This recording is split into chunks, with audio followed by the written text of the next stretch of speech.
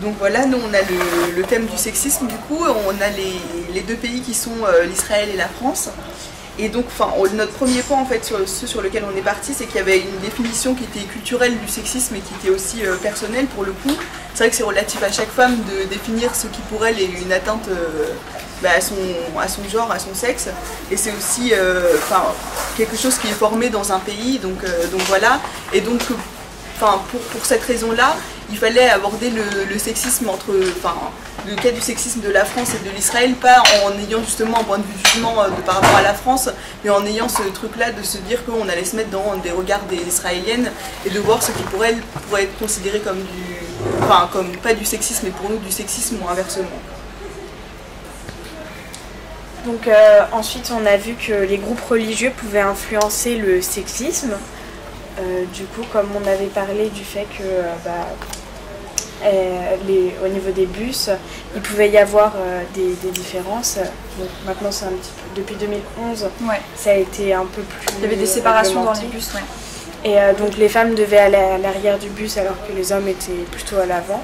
Voilà. Donc, au niveau religieux, il y avait vraiment un gros manque de réglementation au niveau du sexisme. Et comme nous en France avec la religion catholique qui est une des premières, la seule religion à manifester en France contre l'avortement par contre. Voilà. Et puis donc oui, on s'est dit que les religions pouvaient aussi peut-être malgré elles ou pas augmenter ou influencer ou même des fois parfois diminuer en fonction de le sexisme et voilà.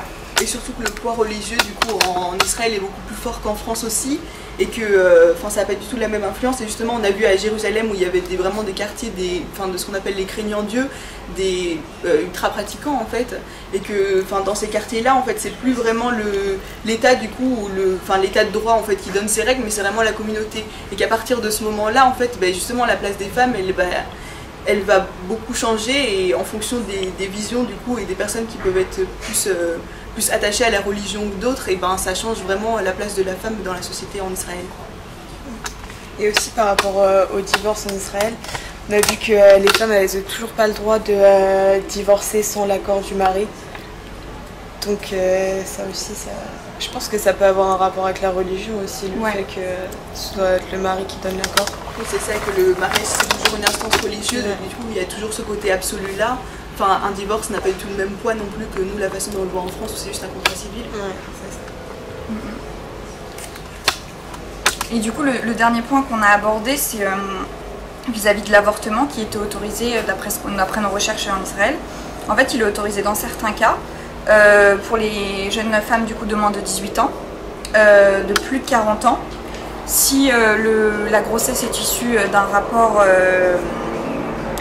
entre guillemets criminel, un viol ou de l'inceste, si c'est une relation hors mariage. Alors après, ce qu'il faut préciser, c'est que pour la relation hors mariage, si il y a grossesse, l'avortement n'est pas obligatoire comme ça peut l'être dans certains pays. C'est vraiment en gros c'est une possibilité. Si du coup le bébé a des risques de handicap, de problèmes physiques ou mentaux, et si cette grossesse représente un danger pour la femme. Donc après on s'est peut-être dit aussi que nous en France il n'y a aucune condition pour avorter, à part les trois premiers mois, mais en soi il n'y a aucune condition sociale pour avorter. Après on s'est dit qu'aussi avoir certaines conditions, peut-être que nous ça permettrait en France de limiter certains excès qui sont liés aussi à l'avortement, qui sont existants, c'est pas la majorité, mais voilà, comme certains témoignages qu'on peut avoir des fois que moi j'ai eu aussi autour de moi, des jeunes femmes un peu par naïveté qui ne privilégient pas par exemple la contraception parce qu'elles se disent qu'il y a cette solution de l'avortement un peu comme une solution de facilité qui pour moi ne devrait pas en être une. C'est quand même un acte lourd et riche en conséquences. Et à prendre avec beaucoup de mesures, et voilà. Mais c'est vrai que là on était un peu divisés sur le sujet, pour le coup si on a eu un débat, en tout cas un embryon de débat dans ce qu'on a trouvé, c'était vraiment là où justement il y a Alizée qui trouvait que de limiter les conditions à l'avortement c'était vraiment, c'était vraiment sexiste, et ce qui était moins ton cas. Moi, mon avis sens où je trouve ça très bien qu'après on n'est jamais dans la tête de quelqu'un et donc tout le monde devrait pouvoir faire ce qu'il veut. Mais après voilà, comme je l'ai dit juste avant, c'est vrai que je pense que d'un côté ça peut aussi permettre de limiter les excès. Et là il y a quand même beaucoup de conditions. Et je me dis, une femme qui a entre 18 et 40 ans, qui a un couple heureux et qui tombe enceinte, donc du coup si le bébé n'est pas en danger et qu'elle n'est pas en danger non plus, quelles pourraient être les raisons qui pourraient la pousser à avorter?